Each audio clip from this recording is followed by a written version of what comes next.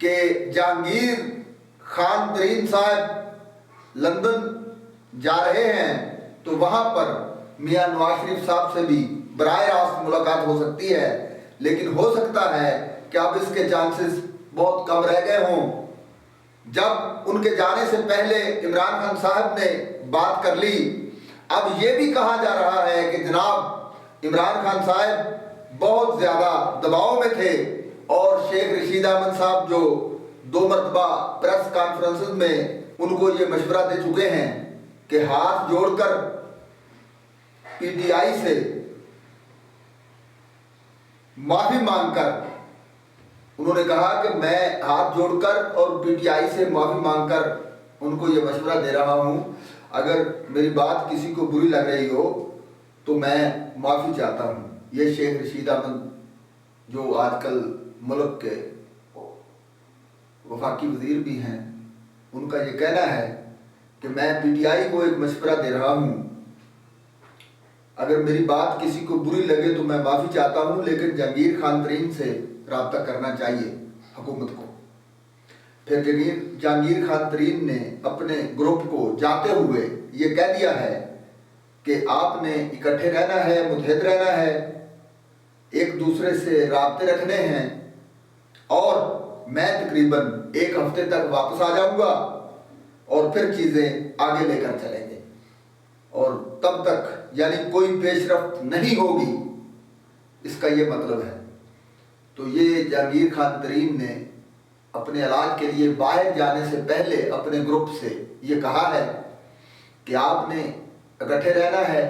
ایک دوسرے کے ساتھ رابطے میں رہنا ہے، تو 1 ہفتے تک میں باہر سے پاکستان آ جاؤں گا، پھر باقی معاملات جو ہیں وہ آگے بڑھائیں گے۔ انہوں نے کہا کہ میرے آنے تک کوئی پیش رفت نہیں ہوگی، اور یہی 1 ہفتہ بڑا اہم تھا، کیونکہ لانگ مارچ پیپلز پارٹی نے لانگ مارچ شروع کر دیا ہے۔ پیپلز پارٹی کا پلان یہ تھا کہ جب وہ اسلام آباد پہنچیں گے کراچی سے تو وہاں پر جا کر عدم اعتماد آ جائے گی اور سارا کریڈٹ پاکستان پیپلز پارٹی کو چلا جائے گا، لیکن اب وہ سارا معاملہ جو ہے وہ گڑبڑ ہو گیا ہے۔ اگر گڑبڑ اس وجہ سے ہو گئی ہے کہ جن پر بہت زیادہ ان کو اعتماد تھا، تکیہ تھا، یعنی یہ تھا کہ جہانگیر ترین گروپ جو ہے ان کے ساتھ آ جائے گا، پرویز الہی صاحب بھی ساتھ آ جائیں، کاف لیگ ساتھ آ جائے۔ اب تو ان کی طرف سے بھی واضح جواب آ گیا ہے پرویز الہی صاحب نے، صادق سنجرانی صاحب بھی اب اس مشن پر ہیں کہ عدم اعتماد کو ناکام بنانا ہے۔ ویسے وہ اس حوالے سے 1-2 مرتبہ بڑا اچھا کام کر چکے ہیں صادق سنجرانی صاحب اپنی سیٹ کے لیے بطور چیئرمین سینٹ، تو اس وقت یہ سارے ان کے خلاف اکٹھے ہو گئے تھے۔ بہرحال اب پرویز الہی صاحب نے کہا ہے کہ بہت ہی اہم بات کی ہے انہوں نے کہا ہے کہ 5 سال کا مینڈیٹ ملتا ہے کسی بھی حکومت کو، تو یہ جو پارلیمانی مدت ہے یہ کوئی بھی اگر منتخب گورنمنٹ ہو تو اس کو پوری کرنی چاہیے۔ ہمارے ہاں رواج پڑھنا چاہیے، اس کو ڈسٹرب نہیں کرنا چاہیے کسی بھی صورت میں۔ اس لیے لگ رہا ہے کہ اب پرویز الہی صاحب جو ہیں وہ واضح طور پر ساتھ آ گئے ہیں، اور انہوں نے کہا کہ ہم ملک میں استحکام چاہتے ہیں، ہم جو ہے وہ ریاست کی بہتری چاہتے ہیں، لیکن اس میں انہوں نے پارلیمانی سال انہوں نے کہا کہ وزیر اعظم کا نہیں، انہوں نے کہا کہ ہم صرف پارلیمانی طریقے سے پارلیمانی 5 سال حکومت کو پورے کرنے چاہیے۔ اس میں اشارہ تو ہے کہ چلو عمران خان صاحب کو 5 سال دے دیے جائیں اور عمران خان بھی 5 سال پورے کر لیں، تاکہ لوگ اس کے بعد فیصلہ کریں کہ آگے کیا کرنا ہے۔ لیکن اس میں ایک اور بات بھی ہے کہ وزیر اعظم اگر بدل بھی جائے، جس طرح نواز شریف صاحب کے دور میں ہوا تھا، شاہد خاقان عباسی آ گئے تھے، اور پیپلز پارٹی کے دور میں یوسف رضا گیلانی کے بعد راجہ پرویز اشرف وزیر اعظم بن گئے تھے، وہ بھی 5 سال انہوں نے پورے کیے تھے۔ لیکن اب مسئلہ یہ ہے کہ نون لیگ یہ چاہتی ہے اب کہ میں آپ کو یہ جو ایک بہت بڑی خبر میں آپ کو دینے لگا ہوں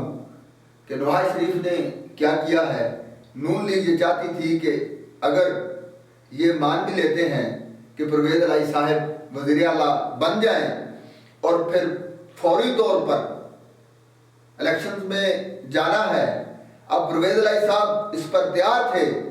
کہ آپ سینٹر میں الیکشن میں چلے جائیں، یعنی قومی اسمبلی کے الیکشن ہو جائیں اور صوبائی اسمبلی جو ہے وہ ڈسٹرب نہ ہو، یہ پرویز الہی صاحب کا پروگرام تھا۔ اور پھر چوری پرویز الہی کا یہ جو ہے وہ ان کا پلان تھا کہ میں پھر بطور وزیر اعلیٰ 1.5 سال پورا کروں، تو اس پر نواز شریف صاحب جو تھے وہ اڑ گئے ہیں۔ اب دیکھیں کہ اگر رانا ثناء اللہ صاحب جو ہیں وہ کیا کہتے ہیں، وہ کہتے ہیں جی کہ اگر ان سے چھٹکارا مل جائے پی ٹی آئی سے تو اس کے بدلے میں پرویز الہی کو وزیر اعلیٰ اگر بنانا پڑے تو ہم تیار ہیں۔ اب عثمان بزدار صاحب تو پہلے ہی دن سے نون لیگ کو پسند ہے، نون لیگ عثمان بزدار کو پسند کرتی ہے، تو اسی وجہ سے بھی ان کو یہ لگتا ہے کہ یہ بہت ہی عجیب انڈر اسٹیٹر ہے، یعنی اس وجہ سے پورے صوبہ پنجاب میں تحریک انصاف کی وہ بدنامی ہو رہی ہے عثمان بزدار کی وجہ سے، یعنی کہ یہ تو کام ہی نہیں کر سکتے، کچھ نہیں کر سکتے۔ اب خبریں چلنے لگ گئی ہیں کہ وزیر اعظم عمران خان صاحب جو ہیں انہوں نے وزیر اعلیٰ عثمان بزدار کو پیغام بھی بھیج دیا ہے، ان کو پیغام پہنچا دیا ہے وزیر اعلیٰ کو کہ بھئی استعفیٰ بھی آ سکتا ہے۔ تو یہ باتیں بھی ہو رہی ہیں۔ پہلے دن سے ہی نون لیگ یہ سمجھتی ہے کہ اگر عثمان بزدار ہی وزیر اعلیٰ رہیں تو ہمارے لیے بہت بہتر ہے۔ بہرحال انہوں نے کہا کہ عمران خان کے چھٹکارے کے لیے اگر پرویز الہی صاحب کو وزیر اعلیٰ بنانا پڑے تو ٹھیک ہے۔ اب پاکستان پیپلز پارٹی جو ہے سندھ اسمبلی وہ چھوڑنا نہیں چاہتی، وہ کہتے ہیں کہ جی سینٹر میں الیکشن ہو جائے تو کوئی بات نہیں، لیکن قومی اسمبلی میں اگر الیکشن ہو جائے تو کوئی بات نہیں، صوبائی اسمبلی میں ہم اپنی مدت پوری کریں گے، اس کے بعد دیکھا جائے گا۔ اور پرویز الہی صاحب کی بھی ایک خبر آئی کہ وہ بھی وزیر اعلیٰ کے لیے تیار ہو گئے ہیں۔ پھر کیا ہوا کہ نواز شریف صاحب آ گئے، انہوں نے کہا کہ مولانا جاتے ہیں جائیں، نون لیگ جاتی ہے جائے، تحریک عدم اعتماد پر انہوں نے ساتھ نہیں آنا، نہ آئیں، لیکن ہم پنجاب